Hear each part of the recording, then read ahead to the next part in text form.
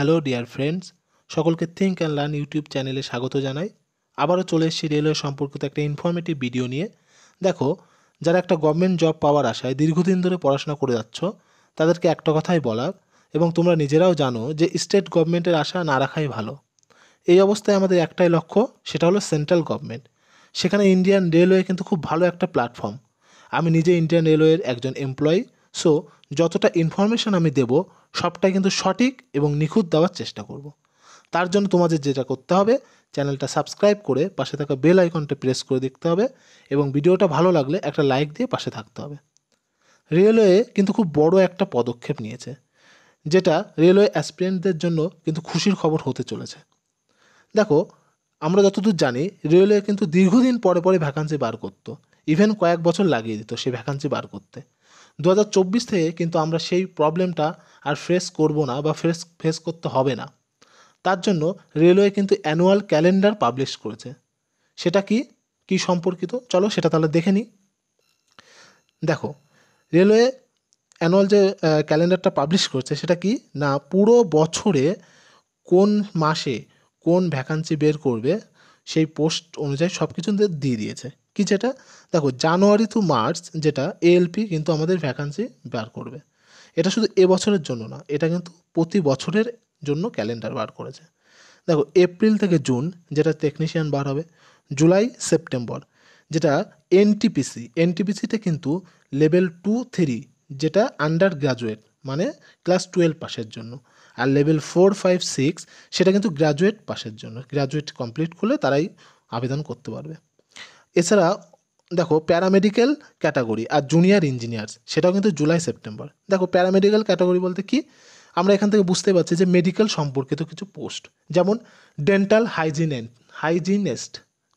Hygienist, ECG technician আর radiographer. দেখো, October ডিসেম্বরে বলেছে লেভেল 1 মানে আমরা বুঝতেই পারছি গ্রুপ ডি, আর মিনিস্ট্রিয়াল ও আইসোলেটেড ক্যাটাগরি। সেটা আবার কি, যে মিনিস্ট্রিয়াল আইসোলেটেড ক্যাটাগরি বলতে এগুলোর কিন্তু ওপেন ভ্যাকান্সি খুব কমই বেরোয়, ডিপার্টমেন্টালভাবেই কিন্তু এগুলো রিক্রুটমেন্ট করা হয়। যেমন চিফ ল অ্যাসিস্ট্যান্ট, কুক মানে যারা রান্নার কাজে সম্পর্কিত, dance mistress, stenographer, laboratory assistant etcetera, এরকম কিছু পোস্ট আছে। দেখো, নেক্সট যেটা আমরা দেখতে পাচ্ছি, এবার আমাদের একটা কোশ্চেন, সেটা কি, যে প্রতি বছর যদি আমাদের ভ্যাকান্সি বের হয়, তাহলে নাম্বার অফ যে পোস্ট সেটা কি কম হবে, বেশি হবে, না একই থাকবে? ডেফিনেটলি আমরা বুঝতে পারছি প্রতি বছর যদি ভ্যাকান্সি বের হয় তাহলে অবশ্যই নাম্বার অফ পোস্ট আমাদের কম কম দেবে, তাই না? তা দেখো, আমরা যদি একটা কম্পারিজন করি, এএলপি 2018-তে লাস্ট কিন্তু রিক্রুটমেন্ট হয়েছে, সেখানে টোটাল ভ্যাকান্সি ছিল 27,795। এবছর দেখো পোস্ট দিয়েছে 5,696। তাহলে কি হিসাব করে দেখা যাচ্ছে 1/4, 4/1 কিন্তু আমাদের পোস্ট এসছে। সিমিলারলি টেকনিশিয়ানটা তোমরা দেখো, লাস্ট ছিল 36,576, এবছরে কিন্তু আমাদের 9,000, সেম 4/1। আরপিএফ কনস্টেবলে হাফ 2/1 দিয়েছে, আরপিএফ এসআই যেটা সেটা 3/1, মোটামুটি একটা এভারেজ এরকম দিয়েছে। তাহলে আমরা এখান থেকে বুঝতে পারছি যে প্রতি বছর যদি ভ্যাকান্সি বেরোয় তাহলে পোস্ট অবশ্যই কম বেরোবে। নেক্সট দেখো, এএলপি টেকনিশিয়ান, এএলপির জন্য কিন্তু আমাদের exam date, medical date, verification date total কিন্তু এখানে দিয়ে দিয়েছে। দেখো, আমাদের যে ফর্ম ফিল আপটা এন্ড হয়েছে সেটা কিন্তু ফেব্রুয়ারির 19 তারিখে আমাদের ফর্ম ফিল আপ এন্ড হয়েছে। নেক্সট যেটা বলছে যে CBT-1 যেটা, সেটা কিন্তু জুন থেকে আগস্টের মধ্যেই আমাদের কিন্তু কমপ্লিট করবে। নেক্সট CBT-2 যেটা, সেটা কিন্তু সেপ্টেম্বর 2024-এর মধ্যেই CBT-2টা আমাদের কমপ্লিট করবে, সেটা কিন্তু তারা তাদের ওয়েবসাইটে দিয়ে দিয়েছে। নেক্সট যেটা দেখো, ডিভির জন্য যেটা ডিভি, সেটা নভেম্বর 2024 কমপ্লিট করবে।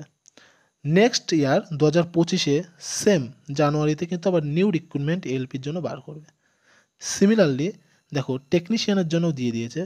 আমাদের নোটিফিকেশান যেটা রিলিজড হয়েছিল ফেব্রুয়ারি 2024-এ, ফেব্রুয়ারির 24-এ রিক্রুটমেন্ট হয়েছে, নোটিফিকেশানটা রিলিজড হয়েছিল। আর অনলাইন অ্যাপ্লিকেশান যেটা, সেটা মার্চ থেকে এপ্রিলে স্টার্ট হয়েছিল এবং এন্ড হয়েছিল এপ্রিলে। আর ডকুমেন্ট ভেরিফিকেশান যেটা, সেটা কিন্তু দেখো বলেই দিয়েছে ফেব্রুয়ারি 2025-এ। তার আগে যেটা সিবিটি, সেটা আমাদের নেওয়া হবে অক্টোবর থেকে ডিসেম্বর 2024-এ, আর ডিভির জন্য আমাদের কিন্তু 2025-এর ফেব্রুয়ারিতে ডাকবে। তাহলে সিমিলারলি এবং লাস্ট যেটা আমাদের 2025-এ আবার যে রিক্রুটমেন্টটা টেকনিশিয়ানের জন্য বার করবে সেটা কিন্তু এপ্রিলে। তাহলে আমরা এখান থেকে বুঝতেই পারছি যে প্রতি বছর কিন্তু রিক্রুটমেন্ট বার করবে। এতদিন ধরে আমরা যে প্রবলেমটা ফেস করেছি যে কোনো একটা ভুলের জন্য যদি আমরা এবছর আমাদের প্যানেলের নাম না আসতো তাহলে কিন্তু 3-4 বছর কম করে আমাদের ওয়েট করে থাকতে হতো। এবার থেকে সেটা আর করতে হবে না। তাই তোমরা ভালো করে পড়াশোনা জোর কদমে শুরু করে দাও পড়াশোনা। প্রতি বছরই কিন্তু এবার রিক্রুটমেন্ট আসবে, রিক্রুটমেন্ট বার হবে। তো তোমরা জোর কদমে পড়াশোনা শুরু করে দাও এবং তার সঙ্গে এটাও বলে রাখি, রেলওয়ে সম্পর্কিত সকল তথ্য তোমরা কিন্তু এখানে পেয়ে যাবে। এছাড়াও ম্যাথ, জেনারেল সায়েন্স এবং জিআই এর ভিডিও এখানে তোমরা পেয়ে যাবে। ভিডিওটা সম্পূর্ণ দেখার জন্য ধন্যবাদ।